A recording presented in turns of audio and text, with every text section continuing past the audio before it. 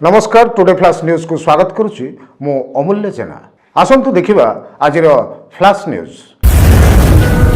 Today flash news विशिष्ट शिक्षाविद स्वर्गत अनंत चरण पति प्रथम श्राद्धवार्षिकी भुवनेश्वर स्थानीय टंकपाणी रोड स्थित श्री श्री जगन्नाथ आश्रम मध्य अनुष्ठित हो जाइछि।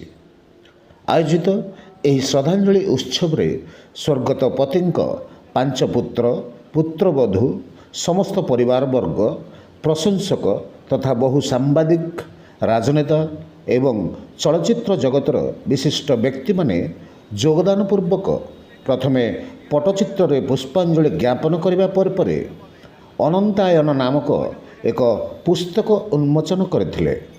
एथिरे मध्य प्रभु श्री जगन्नाथଙ୍କ उपरे पर्यवेसित एक सुमधुर भजन समारोहर आयोजन करा जायथिला एवं प्रसाद सेवन मध्य व्यवस्था करा जायथिबार देखा जायथिला। पुत्र विशिष्ट सांबादिक अश्विनी पति द्वारा आयोजित एही श्राद्धोत्सव अति पवित्र तथा उच्चकोटीर होइथिला। भुवनेश्वरରୁ सुश्री लोनाଙ୍କ रिपोर्ट।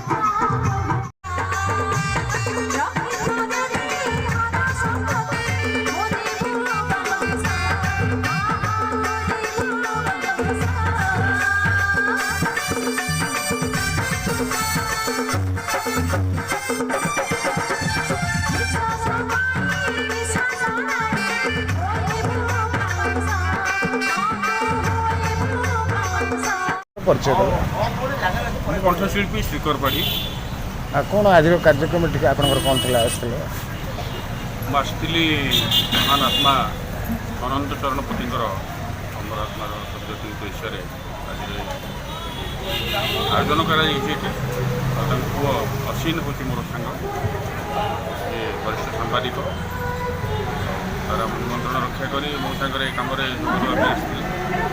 परिचय बापांकर द्वितीय कनिष्ठ पुत्र अरुण कुमार पति कौन आज श्रद्धांजलि उत्सव कौन हो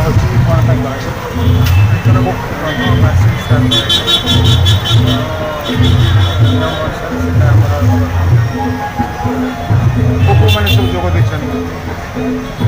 बापांकर बहु बांधव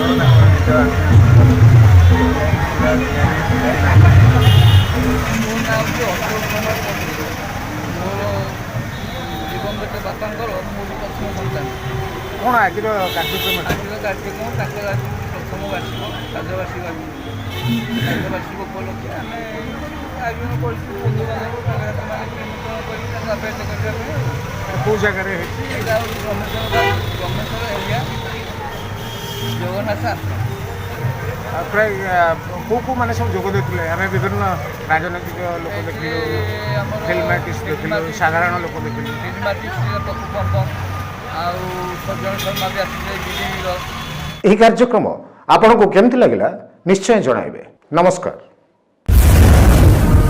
today flash news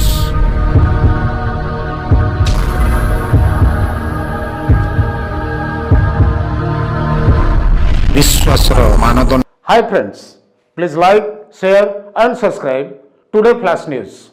Bye bye. Today flash news.